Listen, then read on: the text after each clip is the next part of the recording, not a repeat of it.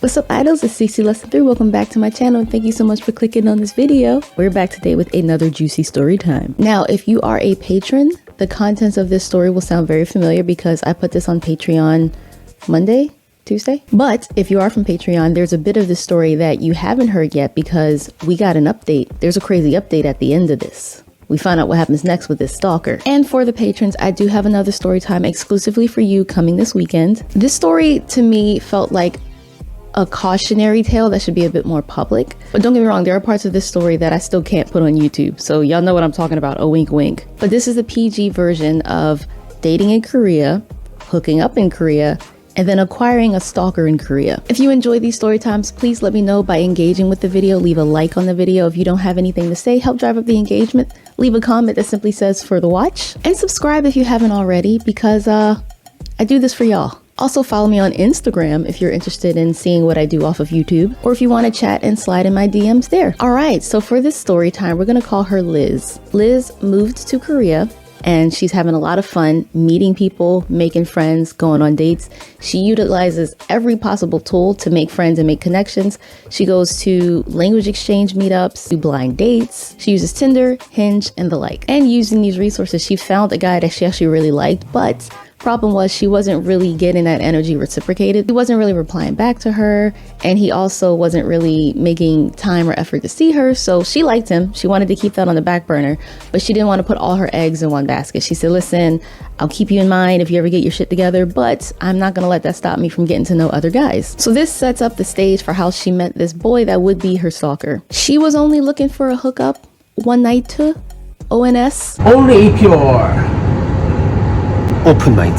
But this boy caught feelings. So one night, Liz was out with her friend. They went to Songsu because they wanted to do some cafe hopping, do a little bit of shopping, but also they wanted to be in the near vicinity to go to Itaewon for dinner and clubbing afterwards. The reason Liz likes to go to Itaewon is because a lot of Koreans there often like to practice their English skills with foreigners. So she said whenever she goes with her friends, it doesn't take long before Korean guys come up to them, starts talking to them, makes conversation, and she meets new people. This night was no different. She's with her friend and some guy comes over and starts to dance with her, and she just accepts and starts dancing with him back. After getting a little two-step action, she said, hey, do you guys want a shot? Talking to her friend and this guy. By the way, we're gonna call this guy Han. Suddenly, when she offers Han this shot, he invites over some more friends. She's like, hey, I offered you and my friend a shot. I didn't offer all these people a shot. So then Han said, okay, how about I pay? And she's like, cool, let's do that. Thank you. One of the reasons she liked him was because she got strong F-boy vibes from him. F-boys are easy to hook up with without any sort of strings attached or any sort of investment emotionally. So that's all she was looking for. And she says, to make a long story short, they all danced, they all drank, and she decided he was the guy. She wants to sleep with him. Open mind. So then she decided to invite him back to her apartment, and this is where things get interesting. The whole time they were in the club together, the whole time they were on their way to her apartment, he seemed very chill, very relaxed, like, hey, I do this every weekend. I just meet up with cute girls, hook up with them. It's normal for me. So the moment they got to her front door, he started to act all shy, laughing at unnecessary moments, and he became very fidgety. And she's like, please don't be a freaking serial killer. He just seems so nervous and shy all of a sudden. Now Liz is looking at Han and she sees that he's very nervous. She's like, hey, bro, you can go home. Like, nobody's forcing you to come in and spend the night with me. You can go home if you want. He's like, no, I want this. I'm sorry. And she said he did seem to go back to normal-ish. So to warm him up a little bit, they sat on the couch and just talked, had a normal conversation. This time they don't have to scream over drunk people and loud music in a club. They can just talk at a nice, calm conversation. They talked about hobbies. They talked about goals before they hit 30. They talked about music and fashion and all that stuff. She was like, you know what? I think he's okay now. He seems back to normal. So after a while sitting there talking, Han asked if he could kiss her, and she responded by kissing him back. So now they're making out. Now these details are in the Patreon version of this, but long story short, he started off a bit awkward, like he's squeezing too tightly. He seemed a little inexperienced with like her bra and stuff, but after she kind of guided him and told him what to do, things were back on track and she was enjoying herself. But yeah, he was really awkward before getting some direction on what to do. There was this funny moment where she took his shirt off while they were making out. He stopped and freaked out and like covered himself. And she was like, oh, did you want to keep your shirt on? Just joking. But he was actually like, should I keep my shirt on? He was thinking about it. And the first thing that came in my mind when I read that was like Winnie the Pooh. It's like, please don't tell me this girl's about to hook up with Winnie the Pooh. So anyway, there were some things she did during their encounter which clearly got him hooked on her. made him think she liked him like a lot, and not just as a hookup, but like she really had feelings for him. She made him feel special. He started to read into a lot of the things she was saying and doing. Things like letting him sleep over. But she said, like, I'm just not rude. If it's 5 a.m. and I got what I wanted, what I needed, I'm not going to just send you out to the streets. But she did enjoy her night with him. She had fun. She said it wasn't the best, but it was definitely very far from the worst. And they fell asleep together. When she wakes up, she sees him kind of just laying there looking around. And she turns to him and says, oh, good morning. And he just smiles all happily like, hey, good morning. Like, did you sleep good? And you could tell he was hooked. But please keep this part in mind, how he was awake before she was. So she's like, hey, how'd you sleep? Did you sleep good? He's like, yes, I did. How about you? She was trying to gauge how long he planned to stay at her place because she didn't want to kick him out, but she also didn't want him to stay. So she started to emphasize like, yeah, you know, I got so much to do today, and oh, busy me, you know. She said to his credit, he did get it. He read the room and was like, okay, yeah, you know, I should head out. I'll call you soon. I'll see you soon. I definitely want to do this again, so let me know when we can. Liz says that Han is handsome. He's a very handsome guy, but he's not her type. He's a bit too shy for her liking. Personality-wise, they just don't really seem to click or have too much to talk about. So she wasn't interested in seeing him again or doing this again, but she wanted them to part on non-awkward and amicable terms. So she's like, yeah, you know, I'll let you know when I'm free. Have a good one now. Bye. It was Sunday, so she didn't actually have a lot to do, but she said she had some cooking to do, cleaning she wanted to get done, and a little bit of work ahead of the week. But for the most part, she could just chill. She wasn't really doing anything. She just didn't want him in her apartment anymore. And while she was doing her cooking, doing her cleaning, doing some work stuff, she hadn't been on her phone. And she missed the fact that Han had been absolutely blowing her up. So first, Han said, hey, but Liz didn't respond to that. Then he said, what's up? But Liz didn't respond to that. Then he said, did you eat? And Liz didn't respond to that. So then he simply says, hello?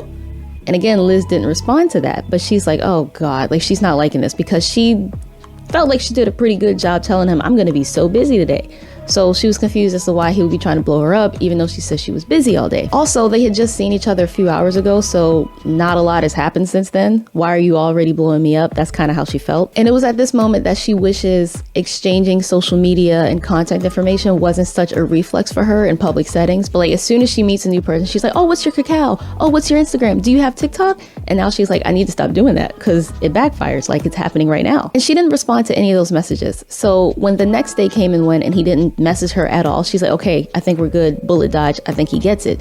And even the following day, he didn't respond. He didn't message her. No communication whatsoever. But the following day, he called her. Liz, of course, did not pick up the phone. While Liz has been living in South Korea, she says she feels like she picked up the Korean way of life and she learned ghosting from them. He's a phantom. She didn't understand how Han didn't realize what was going on. She's like, I'm ghosting you. I'm going ghost!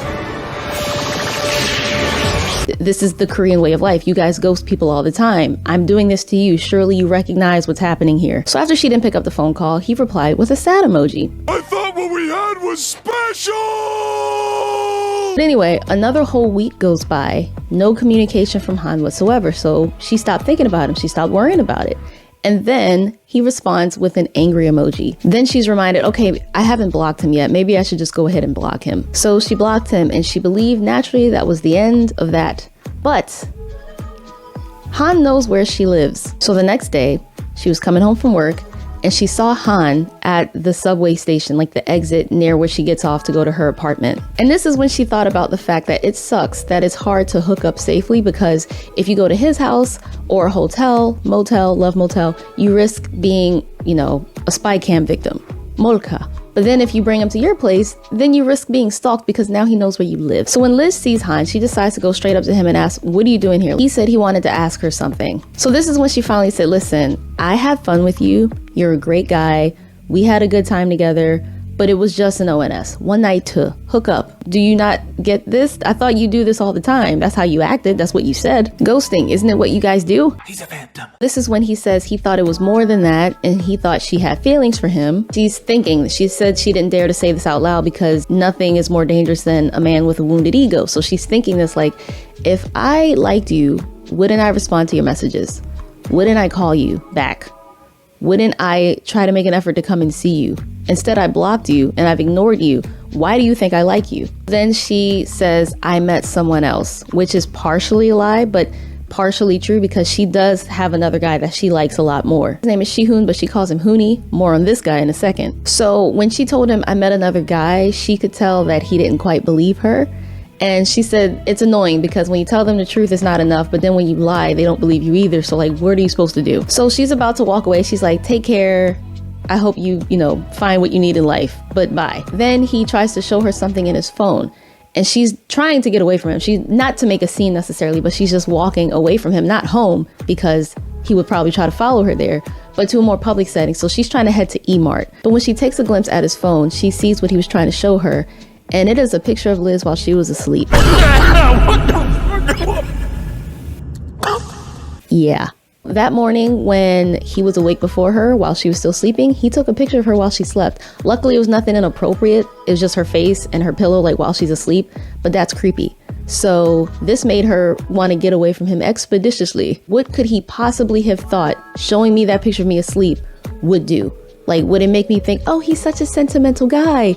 Would it make her fear him because he might show people? It's just her sleeping. She has no idea what the point of that was. And honestly, I don't either. Men are an enigma. So she went into E-Mart pretty confident that he wouldn't follow her because it's a labyrinth, it's a big store, there are many floors, many people as well.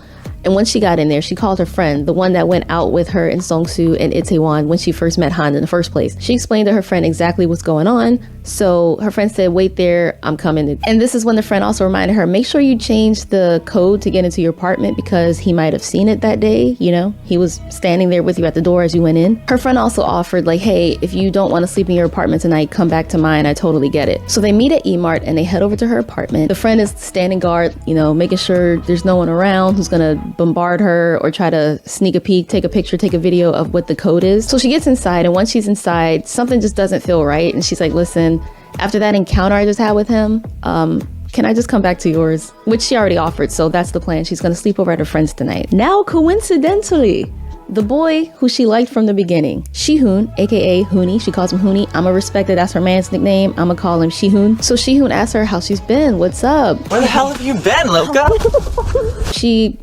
doesn't hide anything. She doesn't sugarcoat anything. She's like, I think I have a stalker now. And she explained to him the whole situation. What Liz found interesting about this is now suddenly he's like, oh, we should hang out. Oh, I need to see you. Oh, are you okay? Talking with her more and making actual plans and effort to see her and spend time with her. He's also saying how he wants to protect her. So luckily, for now, Liz hasn't seen Han around her apartment, in her near vicinity or anything like that. But there was one time, coincidence or not, where Liz was on the train with her friend going back to Seongsu, and her friend said, isn't that Han on the train with us? When Liz looked like, oh my God, that is him, he didn't seem to clock her. He wasn't like looking at her like, hey, I'm still here. She says she doesn't know if this was a coincidence or if he's like psychologically torturing her, like I'm always gonna be around. Every step you take, I'll be watching. And then about a week after that, Liz was on a date with Shihoon in Itaewon. She saw Han again. She's like, listen, I don't know if Han is a creature of habit and he frequents these areas. It is where a lot of young people come to hang out. But she was really hoping that Han, seeing Liz with another guy, would make him back off and realize whatever you thought was going on there is clearly not going on. Like she's with a whole nother man. And that is where the story ended from Patreon. But there's been an update. So this bit is new for everybody, okay? So get comfy and get some tea. Ever since the date in Itaewon with Shihoon, Liz and Shihoon have been going on dates regularly. He comes over to her apartment. He's over often. He's in the area. They see each other a lot now. And because Shihoon comes over to her apartment often, this is where the update picks up. This is all from Shihoon's perspective. This is what Shihoon said happened when Liz asked, like, what the fuck is going on? They spent a lot of time in her apartment because he lives with his parents still, which is pretty common for younger people in Korea. In this economy globally, it's common to still live with your parents, okay? No shame. And Liz really likes this guy. And he seems to really like her now because they're making the effort to actually date each other properly. So it was one of those nights where Shihoon was coming over, said he'd pick up some food, they could eat together, have a night in together. Apparently, while Shihoon was walking up to her apartment, he noticed a guy kind of lingering in the area, looking a little suspicious. And he wouldn't have thought much of it if he wasn't aware of the fact that, his bae has a stalker. Unfortunately, he doesn't know what Han looks like, because when they were in Itaewon, she's like, that guy over there, like, he's been following me. He's like, who? Like, which one are you pointing to? The one in the hoodie? So he never really got confirmation on what he looks like visually. Even on his cacao, it wasn't his face. It was like grass or something. So Shihoon decided to watch this guy a bit before heading up into her apartment. So after about 10 minutes of sort of pacing, he decides to finally head into the apartment. Shihoon decides to follow Han into the apartment building. And he has a theory that Han was waiting for Liz to come home, not knowing she was already home. So Shihoon kept a distance, but kept following Han, like, where's he going with this? And once they made it to her floor, that's when he said, okay, confrontation. Nothing bad. He was just asking him, do you need help? Are you lost or something? Shihoon did not know Han, but Han knew Shihoon, which, that's alarming, because that might mean he's watching them more than he's let on, or more than Liz is aware. As soon as Shihoon tried to talk to Han noped the fuck out of there. He's like, sorry. He didn't want any sort of conversation or confrontation. He noped right out of there. So Liz is hoping the fact that Han laid his eyes on Shihoon, he'll back off. But the story doesn't end there. This is when Shihoon says, maybe we should call the police and at least get like a report on file in case he comes back around again when I'm not here. Even though they knew the police wouldn't really do anything, they at least wanted it documented somehow in case something does escalate later. He even suggested they get like the building manager or the landlord involved. She's like, listen, it is not that deep. And another thing that Liz is happy about is at least Shihoon knows what Han looks like. So after they called the police to frivolously put in a report, Shihoon asked if he could talk to Han. Liz is like, what do you mean? He's like, well, unblock him and let me talk to Han. She's like, do you really think that's gonna help anything here? He knows I'm not alone, so if I'm suddenly calling him, I doubt he would think it's me calling him. Said he just wants to ask him what he's doing, what he's hoping to get from all of this man to man. So she's like, you know what? I guess it couldn't hurt, because clearly he's not going anywhere anytime soon. And part of Liz was also very curious what the F he wanted from her. So they put the phone on speaker, listened to it ring, and Han actually answered the damn phone. So this is when Liz tuned out because they're speaking Korean. She said they were yapping in Korean. She didn't know what they were saying, but it's on speaker. Both of their tones seemed calm. No one's yelling at each other. She assumed it was going well, and then Shihoon laughed. And she knew he would tell her everything that they said in the conversation after, but she's impatient, so she asked for his phone so she can look up Naver and just try to like listen into what they're saying, but naturally it's not able to pick up everything they're saying, so she's missing large bits of the conversation. And they spoke way longer than she expected. She thought it might be a 30-second conversation tops, but they spoke for nearly 10 minutes. No one's yelling, no one's measuring their dick, no one's being all macho. They're having a calm conversation, so she's like, maybe he might get the stalker to leave me alone. So once the phone call ended, she's like, well, what'd he say? What was said? Tell me everything. And Shihoon's like, oh, I highly doubt he'll bother you now. And she's like, okay, what makes you say that? So Shihoon told Han she's his girlfriend, he lives nearby, he's always at her place, so there's no point in trying to pursue her anymore because he's always around. Naturally, Liz is like, I'm your girlfriend? But she didn't want to let that show because she didn't know if he was just saying that just to get him to back off or if he actually wanted to be her boyfriend. So she's like, okay, what next? Trying to keep it composed, keep it cute, keep it demure. One of the things that was said during the conversation is Han explained to Shihoon that he was under the impression that Liz was playing hard to get and that deep down she really wanted him and really had feelings for him. And that's what made Shihoon laugh.